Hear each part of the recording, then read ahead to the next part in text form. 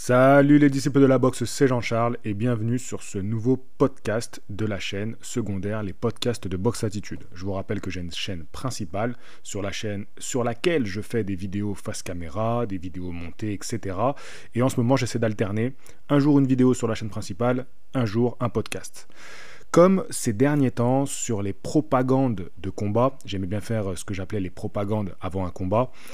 J'ai pas été très sérieux. Alors, j'ai suivi les combats, hein, j'ai fait des vidéos avant les combats, mais c'était pas vraiment des propagandes, où vraiment on fait plusieurs vidéos, où on se monte bien. Je faisais en général la vidéo présentation du combat et un live avant combat. J'aurais aimé en faire un petit peu plus ces derniers temps parce qu'on a eu des combats très intéressants et notamment comme Bossos Loma. Malheureusement pour plusieurs raisons, cette semaine pour moi elle a été un petit peu compliquée. J'aurais aimé faire une réaction à la pesée ce matin. Je devais faire un live vendredi soir que j'ai dû annuler un petit peu à la dernière minute. Je m'en excuse encore auprès de la Justice League. Voilà, c'est comme ça. Ce qui est fait est fait. Donc je vais essayer à partir d'aujourd'hui de me rattraper pour le combat historique de l'année. Voilà, s'il y a un combat qui marquera l'histoire de la boxe, c'est celui-ci. Hein. Je parle de cette année de boxe. Hein. Cette année, un combat qui est marquant historiquement, c'est celui-ci. Bien sûr, on aura d'autres grands moments sportifs avec plus d'enjeux sportifs. Je pense à Beterbiev Bivol, même s'il est reporté, et d'autres. Mais il y a une petite histoire qui est derrière cet affrontement entre Fury et Usyk, derrière cet affrontement qui n'est pas forcément le plus glamour. Voilà, Fury, Usyk, les stylistes, c'est pas forcément les combattants les plus spectaculaires, les combattants qu'on a le plus de hype à regarder boxer. Ils sont tous les deux très attachants, ils ont quand même des points forts, mais c'est pas les combattants les plus hypants, c'est pas Joshua Wilder en, je sais pas, 2016, 2017. Voilà, ce combat-là, il y avait une hype de fou autour. Bah aujourd'hui, même si on a bien le numéro 1 et le numéro 2 qui vont s'affronter, même on peut dire aujourd'hui numéro 1 à égalité, on va dire numéro 2 à égalité et la place du numéro 1 se reviendra au vainqueur. Ben malgré ça, malgré qu'on a deux invaincus, etc., c'est vrai qu'il n'y a pas une hype de ouf. Pour plusieurs raisons, on essaiera d'en parler plus tard. Mais une de ces raisons, c'est que Tyson Fury a été plutôt décevant sur les derniers affrontements. Je dis une de ces raisons, ne me faites pas dire que c'est la seule raison, il y en a d'autres, du côté de Usyk aussi, du côté de l'état de la boxe aussi.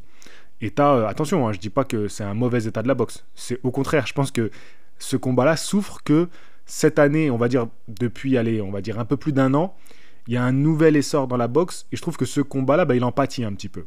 Mais bref, là je voudrais m'attarder sur un point important, Tyson Fury et son conditionnement physique, son conditionnement mental pour un événement de boxe et surtout pour une défense de titre. J'ai souvent reproché à Tyson Fury de ne pas être suffisamment sérieux dans les combats en jeu, notamment les défenses de titre. J'ai toujours dit que c'était un très grand challenger, mais un champion déplorable. Je trouve qu'Anthony Joshua est un plus grand champion quand tu regardes son air, ses défenses, etc. Tyson Fury, j'ai un peu du mal avec lui en tant que champion. Je trouve qu'il salit beaucoup la ceinture qu'il porte. Peu importe la ceinture qu'il aurait, hein, là il a la WBC actuellement, mais s'il avait la WBA, l'IBF, WBO, peu importe. Je trouve que c'est un mec qui n'a pas ce truc du champion honorable. Et ça se voit sur les prestations qu'il a faites, et notamment cet écart qu'il a fait avec Ngannou. À ce moment-là, pour moi, ça a été un petit peu la cerise sur le gâteau. Et ce qui est problématique chez lui, c'est qu'on ne sait jamais vraiment dans quel état il va se présenter à un combat. Alors son talent, ses capacités hors normes, qu'elles soient physiques ou pugilistiques, font qu'il surclasse. Il arrive toujours à dépasser, soit il surclasse ses adversaires, soit il les dépasse juste ce qu'il faut pour gagner. Attention, Usyk peut être celui où il faudra faire attention à ça. Clairement, en fait. Non, c'est pas attention Usyk. C'est Usyk, tu peux pas te permettre d'arriver en piètre forme. Et donc la question qu'on se pose tous, je pense, c'est dans quel état de forme va arriver Usyk. Et moi, ça fait partie des questionnements qui me tapent dans la tête depuis plusieurs jours. J'ai cette voix dans la tête qui me dit, mais l'état physique de Fury peut tout changer sur le pronostic que je vais avoir de ce combat-là, de comment j'imagine le combat se dérouler. En fait, je me pose 1000 questions, je vous dis la vérité, je suis dans une inconnue totale autour de ce combat-là. On me demande mon prono, on me demande ce que je pense du combat, mais en vrai, chaque jour, Je me dis, ouais, mais attends, je verrais plutôt lui gagnant. Non, plutôt lui. Mais attends, mais s'il y a ça, s'il y a ce facteur-là. Mais il y a un facteur qui revient énormément et qui est peut-être pour moi le plus important, c'est Tyson Fury. Est-il sérieux ? Est-il sérieux ? A-t-il fait une vraie préparation ? A-t-il encore l'envie de faire une préparation sérieuse ? Et ce qui va répondre un petit peu à mes interrogations en tout cas, et puis peut-être que vous, dans les messages, vous allez m'aider, c'est les dernières photos qui sont sorties de lui. Et déjà, moi, j'avais eu un gros signal d'alarme quand il s'était présenté face à Ngannou. On y reviendra. Donc les dernières photos qu'on a vues, alors je vous en mets des différentes sur le fond, là. Vous m'écoutez, il y a un fond visuel. Donc il y a 2 photos pour ceux qui sont sur YouTube, il y a une seule photo pour ceux qui sont sur les podcasts, notamment Spotify. Mais voilà, les photos de ces camps d'entraînement. Et je vous ai mis une autre photo qui est sortie à peu près dans la même période. On a vu ces photos sortir, donc il y a peut-être 3 jours, je crois. Et l'autre photo, c'est Tyson Fury lui-même qui l'a partagée sur ses réseaux. Donc je voulais repartager celle-ci sur l'onglet communauté des podcasts de Box Attitude. Et elle a été relayée, bien entendu, par les promoteurs, etc. Parce que ça fait une bonne publicité pour l'événement, bien entendu.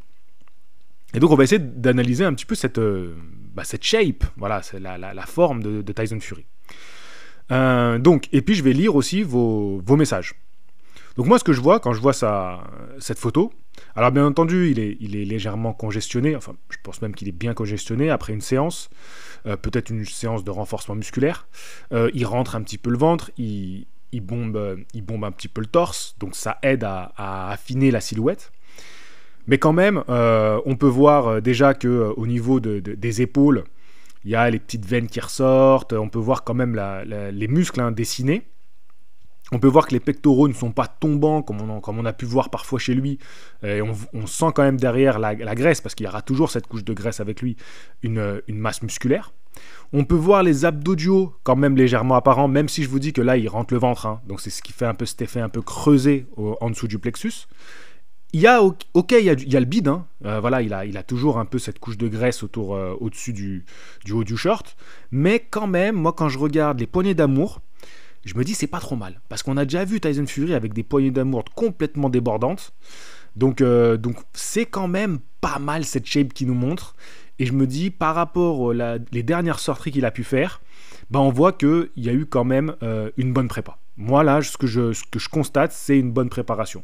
Et quand on rajoute les photos qui ont été sorties par des partenaires d'entraînement sur leur réseau, donc que je vous ai mis, où on peut voir, pareil, il est avec les collègues, il a l'air plutôt pas mal. Toujours, moi, ce que je trouve quand même impressionnant, c'est les épaules et les bras, qui sont pas mal dessinés, surtout sur la deuxième photo, là où on le voit avec le débardeur bleu, où on peut voir quand même que le bras est assez bien dessiné. Je vous rappelle que Tyson Fury n'a pas une génétique avantageuse pour mettre en valeur son corps. Par contre, il a une génétique avantageuse pour boxer. Ça, on en parlera très certainement plus tard dans les vidéos que je ferai, où j'analyserai un petit peu le combat, comment ça va se passer. Pour boxer, il a une génétique incroyable. Voilà, c'est vraiment Obélix. Il est tombé dedans petit et il a été béni par les dieux du combat.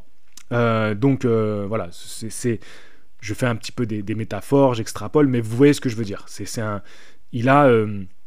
Et en plus de ça, il a une intelligence du ring qui est exceptionnelle. Pendant un combat, il est en capacité d'analyser et de s'adapter à son adversaire. Donc, c'est un génie. Voilà, c'est un génie de la boxe. Ça, c'est quelque chose qu'on ne peut pas lui enlever. Que t'aimes ou t'aimes pas ce bonhomme-là, c'est un génie de la boxe. Moi, personnellement, je l'aime pas. Je vais pas m'en cacher, je l'aime pas. Mais il a des qualités exceptionnelles en tant que boxeur. Donc, voilà un petit peu sur l'état physique de Tyson Fury. Malgré les défauts qu'il peut avoir, moi, je pense que là, il est dans une super forme. Voilà, c'est mon avis. Maintenant, je vais lire un petit peu ce que vous en dites et on va voir si vous êtes d'accord avec ça. Donc, suite à avoir mis après cette photo, voyons un peu ce que vous me dites. Julien qui nous dit: il prend enfin ce combat au sérieux, bon sang. Alors, est-ce que bon sang, c'est une petite ref à notre poteau Dato, qui dit souvent bon sang quand il est un peu agacé? Écoute Julien, moi j'ai l'impression comme toi que oui, ce combat-là, il le prend au sérieux. J'ai donc Valdez qui nous dit Team Music, mais hypé de toute façon par ce combat et par ce qui en découlera, c'est sûr que ça va beaucoup impacter la catégorie des lourds et rabattre les cartes sans mauvais jeu de mots. Je suis assez d'accord avec lui. L'après Fury Usyk, selon ce qui va se passer, peut faire bouger la catégorie des lourds, surtout que les Saoudiens ont beaucoup investi dans cette catégorie-là notamment, et ils ont donné des combats en jeu. Et c'est pour ça qu'il faudrait faire un petit bilan des combats qui ont été faits par les Saoudiens, et de voir un petit peu ce que ça a fait bouger dans les classements. Donc à voir, ça peut être très intéressant pour la suite. Donc quel que soit le vainqueur, la boxe sortira gagnante. Ça sera peut-être le sujet de la vidéo de demain quand je présenterai le combat. Moi, c'est là où je suis le plus flou. Sur est-ce que ça va vraiment servir la boxe ce combat, parce que je m'attends pas à un très beau combat. Alors, Bilou qui nous dit « Il prend le combat au sérieux, ça promet ». Donc vous voyez, là pour le moment, vous êtes plutôt d'accord avec le fait que oui, Tyson Fury prend ce combat-là au sérieux. Jean-Joseph qui rajoute « Ça sent mauvais pour Usyk.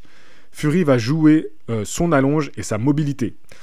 C'est vrai que voir un Fury comme ça en forme, donc là c'est moi qui me donne mon opinion après le message de Jean, voir Fury en forme comme ça, ça promet un peu sur ses intentions de très certainement vouloir jouer de son jeu de jambes et de sa vitesse. Voilà, en sachant que face à lui, il a un boxeur qui excelle là-dedans. Attention quand même à pas tomber dans le traquenard dans lequel est tombé Anthony Joshua. Anthony Joshua a voulu aller sur le terrain d'Usyk. Et pour moi, c'était une erreur. Chose qu'il n'a pas faite contre Ngannou, où il a été dans le dur immédiatement. Ouais, il a été prudent, mais quand il attaquait, c'était pour faire mal. Contre Usyk, il a été prudent, mais il a trop voulu jouer à la technique. Ce qui était une erreur pour moi. Alors attention à ce que Fury ne tombe pas dans ce piège-là. S'il le fait, ça veut dire que Usyk a une capacité à t'emmener pendant le combat, dans le combat que lui veut. Ça aussi, c'est des choses qu'on développera un petit peu sur quels sont les avantages de chacun de gagner ce combat. Et très clairement, c'est l'un des gros points forts de Usyk, qui arrive toujours à avoir une super maîtrise technique et tactique de ses combats, malgré tous les différents adversaires qu'il a pu avoir face à lui. Je pense que vous vous rendez pas compte. Alors ça, c'est la guerre, la paix qui nous dit. La guerre et la paix, d'accord. Je pense que vous ne vous rendez pas compte à quel point il va manger Usyk. Le Gypsy, avec un physique comme ça, c'est imprenable. Fin de carrière pour Usyk, qui d'ailleurs n'a rien fait pour vendre le combat. Bon, alors, il y a clairement un parti pris dans ce commentaire-là. C'est quelqu'un qui est pro-Usyk. Mais on peut voir que cette personne, si tu m'écoutes, t'es rassuré par le physique de Fury. Donc ça arrive à te convaincre un petit peu de la capacité à Fury à être nettement supérieur à Usyk. Ça me fait penser à un message que j'ai reçu en privé sur Instagram. Quelqu'un qui me dit JC, tu peux screener mon message, tu vas voir, ça fait des années que je le dis, Fury il va régler Usyk, bon tu vois. Et en fait je reprends quand il dit ça fait des années que je le dis. Je dis oui, il y a des années, Fury largement favori contre Usyk. Parce qu'il y a des années, et je vais y revenir sur il y a quelques années Fury ce que c'était, quand tu prends Fury 2020 contre Deontay Wilder, deuxième combat, oui, franchement, on n'aurait pas donné cher de la peau de qui que ce soit en fait, que ce soit Anthony Joshua, que ce soit Andy Ruiz, que ce soit Alexander Usyk, etc. Mais le problème, c'est qu'il faut voir ce qui s'est passé entre. Et le Tyson Fury de 2020, qui se présente sur le ring à 115 kilos, après on a contre Francis Ngannou un Fury qui se présente à 125 kilos, avec 10 kilos de plus, et c'est pas du muscle les gars. Donc le problème il est là. C'est que aujourd'hui, tu peux pas me dire oui ça fait des années que je le dis, mais en fait aujourd'hui il faut que tes arguments ils aient changé, parce que l'évolution de Tyson Fury, elle va dans le mauvais sens. S'il avait une évolution à la Daniel Dubois, moi depuis sa défaite contre Joyce, je trouve qu'il y a une progression chez lui. C'est pas un boxeur qui s'est transformé, c'est pas ce que je te dis, mais il y a quand même une progression. Je vois une évolution, mais une progression dans le bon sens. Tyson Fury, je suis navré de vous le dire, pour moi c'est une évolution à l'inverse. Et contrairement à un Canelo qui arrive malgré tout à performer, tu vois, avec ce qui lui reste de son prime, je trouve que Tyson Fury, ça rame un petit peu. C'est mon opinion, tu vois, la différence entre les deux bonhommes. Entre un qui a un acharné de travail qui est Canelo, malgré qu'il est, bien sûr qu'il est sur le déclin Canelo, mais c'est tellement un acharné de travail, et ce qu'il est en capacité de faire sur le ring, c'est exceptionnel que même les petits jeunes rookies, il les fait passer pour des mioches. Tyson Fury, c'est plus laborieux quand même. Je trouve ça plus laborieux. Et franchement, le combat contre Ngannou, après, tout le monde, après avoir vu ce combat-là, on peut que constater les dégâts. Hein. Et c'est pas un Canelo qui aurait fait une perf comme ça. Et ça, il faut pas l'oublier.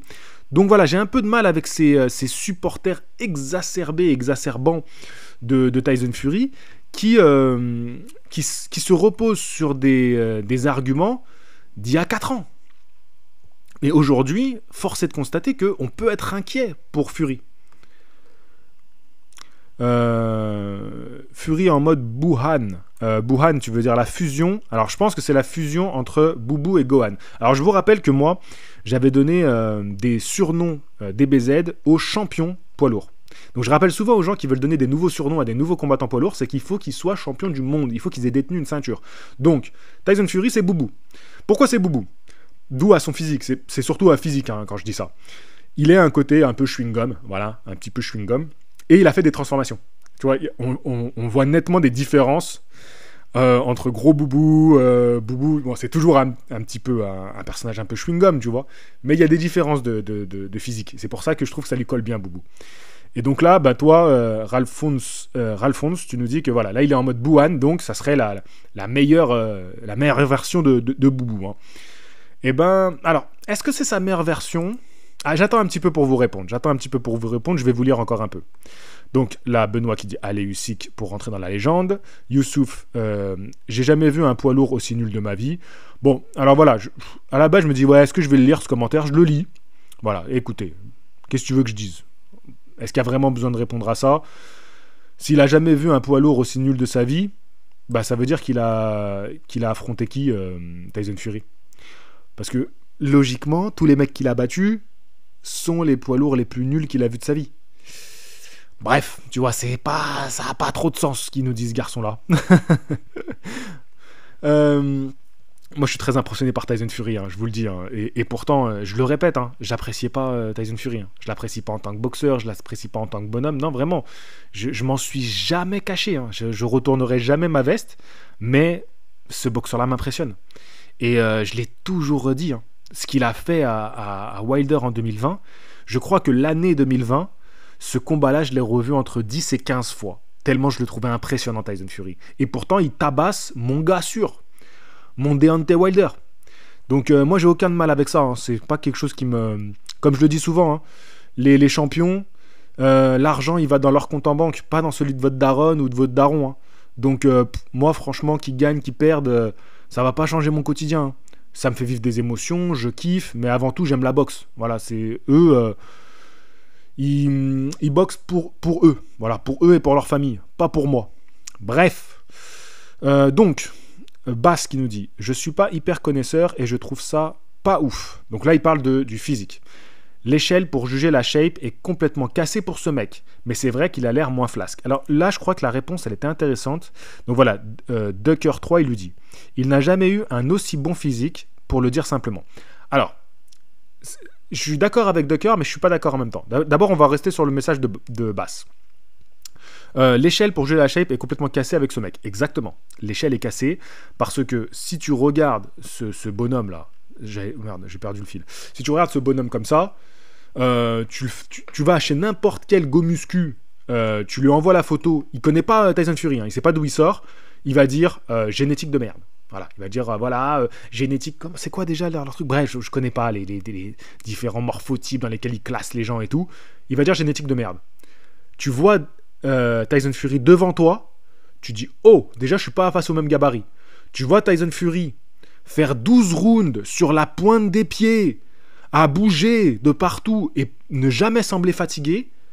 Excusez-moi, mais c'est une génétique golden. Qui est né avec des capacités physiques comme ça, de bouger 125 kilos, parce que contre contre Francis Ngannou, il fait un combat éclaté. Mais le dernier round, il est sur la pointe des pieds et il danse. Tu vois, boum boum, il bouge, il fait rien, tu vois, il boxe pas. Mais ce que je veux dire, c'est que physiquement, tu le sens pas du tout affecté. Tu te dis qu'il peut faire encore 10 rounds comme as, bam bam bam, sur la pointe des pieds, shotty, etc. Et c'est un mec qui fait 125 kilos, les gars. On n'en voit pas beaucoup des mecs bouger comme ça à 125 kilos. Donc, c'est vrai que c'est... Lui, pour le juger, c'est très compliqué. Ça dit, en fait, sur quoi... De quoi tu parles? En fait, c'est ça le truc. Est-ce qu'il est beau physiquement à voir? Non, il est pas beau physiquement à voir. Est-ce qu'il est performant physiquement, avec cette taille, cette allonge, ses jambes et ce poids, bah oui, il est exceptionnel. Le mec, il est précis, il est jamais maladroit dans ce qu'il fait. Non, c'est impressionnant. Donc c'est vrai que c'est compliqué de juger ce mec-là. C'est vrai qu'il a l'air moins flasque. Alors là, je suis d'accord avec la dernière partie. Moins flasque, non, il a perdu du gras, il faut le dire tel quel, et il a gagné du muscle. Voilà, c'est au-delà de moins flasque. Il faut reconnaître que il est moins gras et plus musclé. Et alors, est-ce que c'est le meilleur jamais eu un aussi bon physique? Non, je vous invite vraiment à aller voir Tyson Fury dans la première partie de sa carrière, hein, et quand il arrive à son championnat du monde contre Alexander Usyk, c'est un autre Tyson Fury, et d'ailleurs, c'est un Tyson Fury qui est à peu près il est à 110, je crois. Voilà, il est bien en dessous. Là, si on regarde le poids de Tyson Fury, moi j'ai pris de Otto Wallin à Francis Ngannou. Et donc t'es de 115 à 125 kilos. Voilà, c'est ça l'échelle. Donc voilà, sur les années où on peut avoir un repère, parce que ce qui s'est passé avant, c'est une autre époque. Donc c'est pour ça que j'ai dit que je suis d'accord et pas d'accord avec le commentaire qui lui répond, parce qu'en réalité, on peut plus parler du physique de Fury post-Klitschko, c'est-à-dire la première partie de sa carrière, parce que c'est une autre époque, c'est un autre Tyson Fury. Et donc là, il faut parler de cette nouvelle partie de carrière, et même de cette troisième partie, où je dirais, à partir du moment où il devient champion du monde contre Deontay Wilder. Parce que là, pour moi, entre le premier combat et le deuxième, déjà, Tyson Fury, c'est plus le même bonhomme. Et d'ailleurs, contre Deontay Wilder, le troisième combat, il arrive quasiment au même poids que contre Francis Ngannou. Et déjà à l'époque, il y a quelque chose que je disais haut et fort, mais on ne voulait pas m'écouter parce que comme il a gagné par KO, je disais, pour moi, ce Fury-là n'est pas un Fury qui a fait une très bonne prépa. Et je le ressentais dans le combat, en fait. Dans le combat, sur ses réactions, voilà, il était moins, c'était moins fluide, c'était moins vif, c'était moins explosif. Voilà, et il a quand même gagné. Mais il faut reconnaître que la presta qu'il fait en 2020 et celle qu'il fait en 2021, pour moi, on n'a pas le même boxeur là sur le ring, très clairement. Bref, et surtout, il y a 10 kilos de prix entre les deux. C'est énorme, les gars, c'est énorme. Donc voilà, donc là c'était les commentaires un peu les plus intéressants sur lesquels rebondir. Donc Alain, il nous dit, j'aime bien ce mec. Robin, il nous dit, le gars prétend avoir fait 16 semaines de camp avant son combat contre Ngannou. Ça promet pour la semaine prochaine, en tout cas. Très clairement, les 16 semaines, c'est marrant que ça ressorte encore. Pour moi, c'était du mytho, mais ça puait le mytho à plein nez. Ça m'étonne toujours les gens qui prennent premier degré les phrases des combattants, surtout quand ils sont en train de vendre leur combat. Attention, je dis pas qu'ils mentent tout le temps. Mais Ngannou, que je vois se présenter à la conférence de presse pour... Fury, que je vois se présenter à la conférence de presse pour Ngannou, moi, je vous rappelle que direct, je fais une vidéo, je le traite de gros porc dans le titre. Les gens, ils me sont tombés dessus parce que, en fait, c'était un raccourci, c'était facile. Mais si tu regardes à chaque fois que j'ai fait une analyse de Fury, j'ai toujours pris en compte le fait qu'il ait une génétique qui n'est pas belle à voir. Mais c'est pas ça que je considère. C'est que là, vraiment, c'était un gros porc. Et le mec, il dit non, mais j'ai fait 16 semaines. Ah bah d'accord, c'est bon, il a fait 16 semaines. Bon, bah en fait, c'est un effet d'optique, c'est pas du gras qu'on voit, pardon. En fait, c'est du muscle. C'est un effet d'optique parce qu'il a dit que ça fait 16 semaines. Je me suis plus entraîné pour Ngannou que pour Wilder.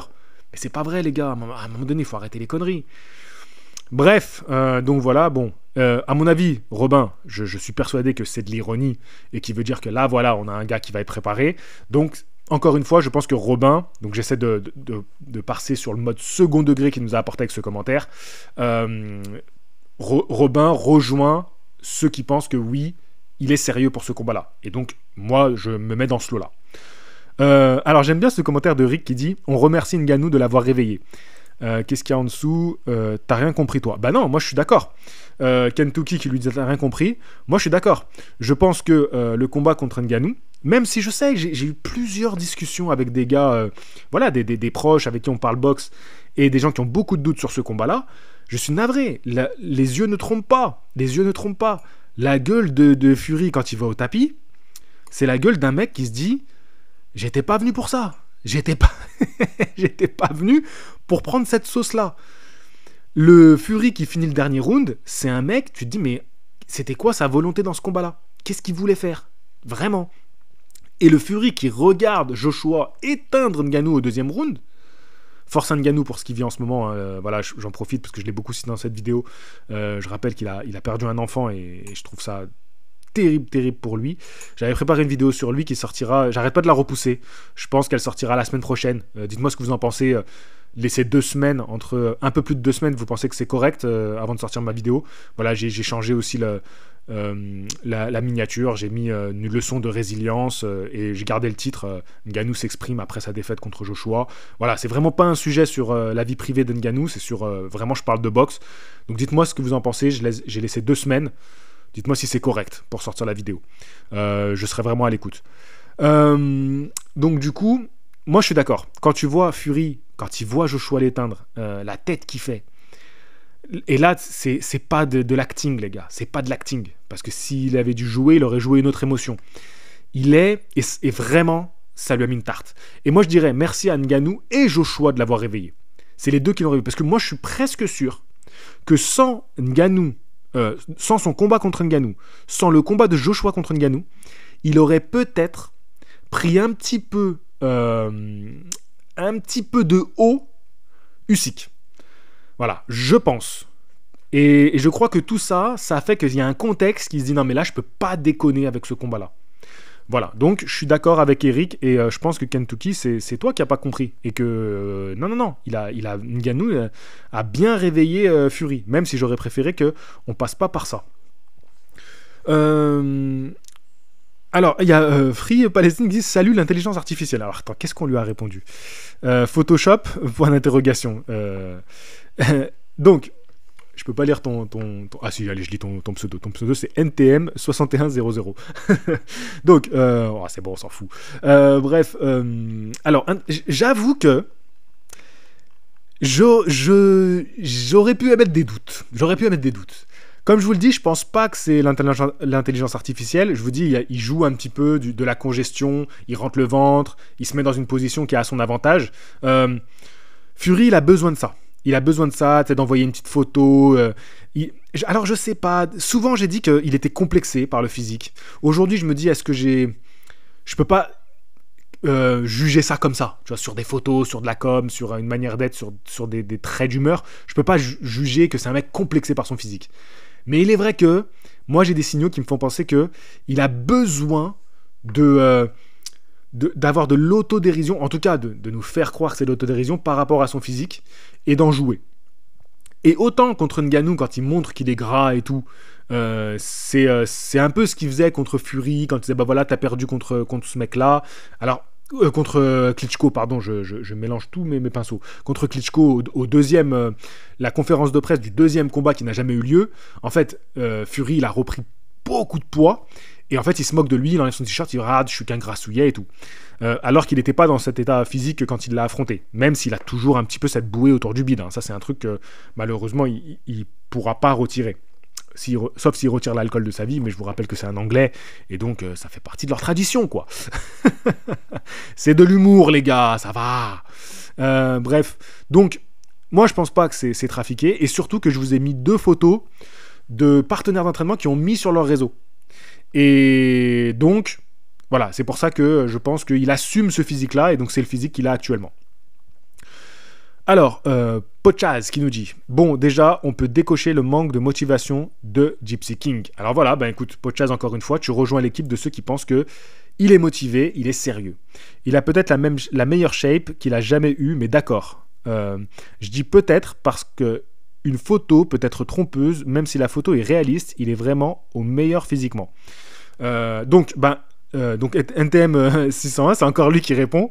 Donc toi, t'es NTM 6100, t'es plutôt sceptique. Hein. On te sent pas sûr de l'état de forme de Tyson Fury. Mais voilà, bon, moi j'ai déjà répondu, je ne vais pas revenir dessus. Chatoune qui nous dit « Waouh, il est bien là ». Voilà, encore une fois. Donc, dans l'ensemble, hein, vous êtes... voilà, David qui nous dit « Putain, il m'a l'air bien déter ».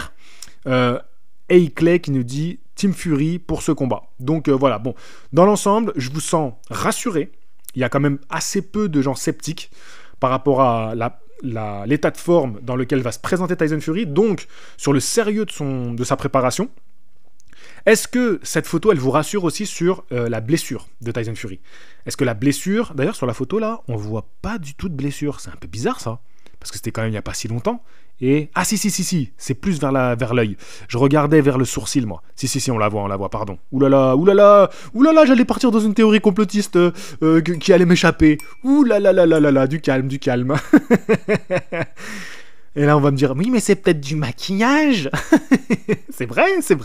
Peut-être qu'il y a les maquilleurs de The Walking Dead qui ont accompagné Tyson Fury sur son camp d'entraînement. C'est possible. Et d'ailleurs, ce sont les maquilleurs de 300 qui ont fait les abdos du haut de Tyson Fury. Tout à l'heure, je me moquais de l'acting de Tyson Fury. Je pense que Tyson Fury pourrait jouer des films parce que quand il fait les vidéos promotion, moi, il me fait beaucoup rire. Je le trouve excellent. Donc, mais par contre, quand il est au bord du ring, il ne sait plus jouer la comédie. Bref. Je pars dans mes conneries et je perds le fil de ce que je voulais dire. Ouais, je me suis vraiment perdu. Punaise, je voulais dire quoi? Oui, alors... La blessure. Non, plus sérieusement, la blessure. Est-ce que vous pensez que, du coup, ça vous rassure par rapport à cette blessure? Est-ce que c'est vraiment une blessure pendant le camp?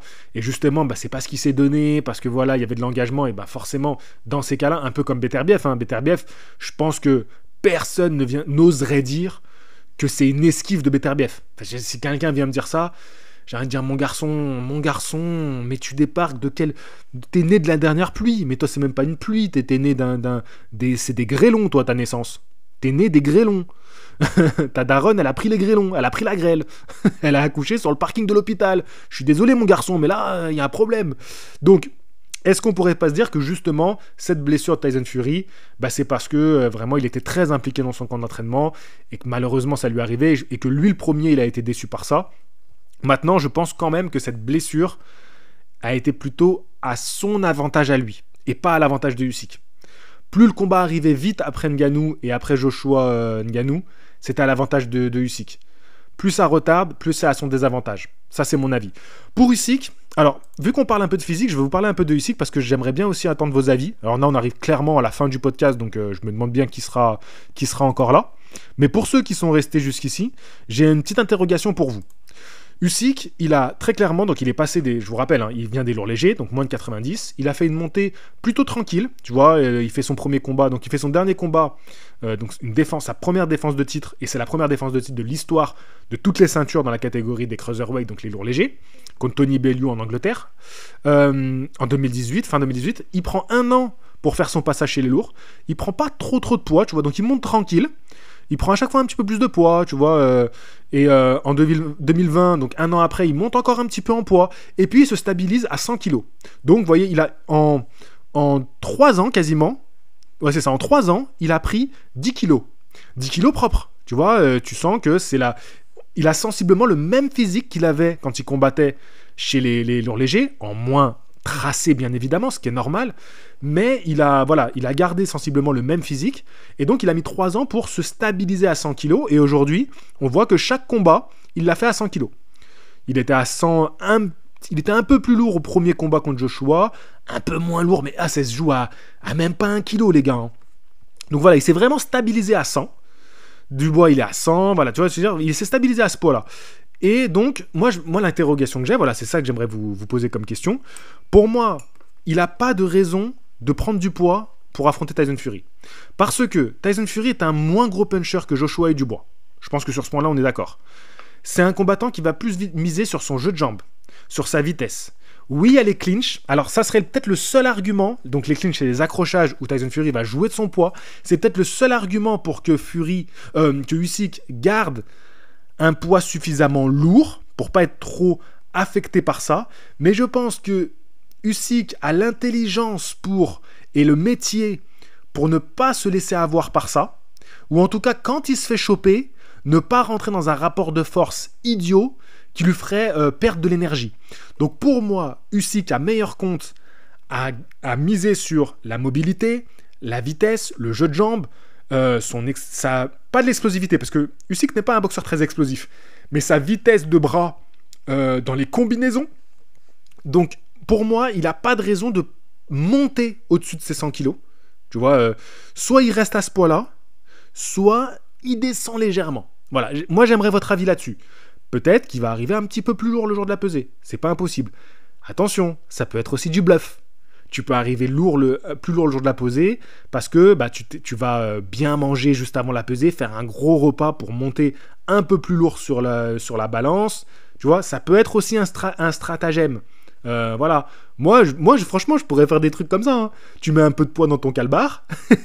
Franchement, c'est des trucs que je pourrais faire, moi. Tu sais, parce que les poids lourds, ils s'en foutent. Tu peux monter avec un survêt et tout. Je mettrais un petit truc lesté autour de mon ventre. Je mets pas beaucoup, je mets 5 kilos. Mais ça va interroger les gens. Je dis, tiens, il était à 100, là, il arrive à 105.